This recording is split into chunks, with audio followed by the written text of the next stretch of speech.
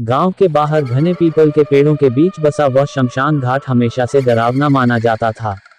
शाम ढलते ही वहां जाने की हिम्मत कोई नहीं करता। गांव के बुजुर्गों का कहना था कि वहां एक प्रेत का साया है जो हर अमावस्या की रात वहां भटकता है। लेकिन युवा रमेश को इन कहानियों पर विश्वास नहीं था। एक दिन गांव में किसी की मृत्यु हो गई और शव यात्रा उसी शमशान घाट की ओर निकली। रमेश भी उसमें शामिल था। दाह संस्कार के बाद सभी लोग वापस लौटने लगे, लेकिन रमेश वहीं ठहर गया। उसने सोचा कि वह इस डरावनी कहानी की सच्चाई जानेगा। रात गहराने लगी। हवा में अजीब सी सर्दी थी और चारों ओर गहरा सन्नाटा पसरा हुआ था। अचानक उसे लगा कि कोई उसके पीछे खड़ा है। उसने मुड़कर देखा, लेकिन वहां कोई नहीं था। तभी उसे धीमी धीमी हंसी सुनाई दी।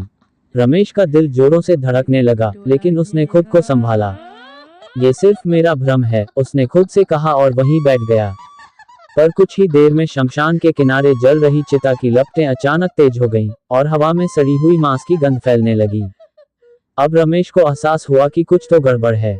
तभी उसे सामने एक धुंधली आकृति दिखाई दी, एक अधजला शरीर, लाल जलती आंखें और फटी पुरानी चादर में लिपटा एक भयानक प्रेत। रमेश के पैरों तले जमीन खिसक गई। वह वहां से भागना चाहता था, लेकिन उसका शरीर जड़ हो गया। प्रेत धीरे धीरे उसकी ओर बढ़ने लगा। उसकी आवाज गूंजने लगी, क्यों आए हो यहाँ? यह मेरी जगह है। रमेश कांप उठा, लेकिन उसने हिम्मत जुटाकर कहा, मैं सिर्फ ये जानना चाहता था कि क्या सच में यहाँ कोई भूत है।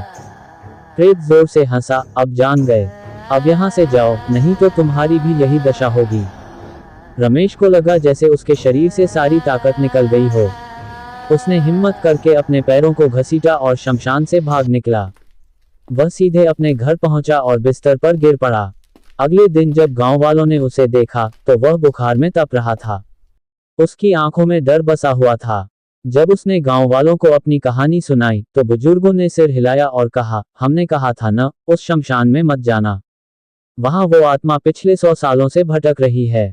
उस दिन के बाद रमेश ने कभी उस शमशान की ओर देखने की भी हिम्मत नहीं की।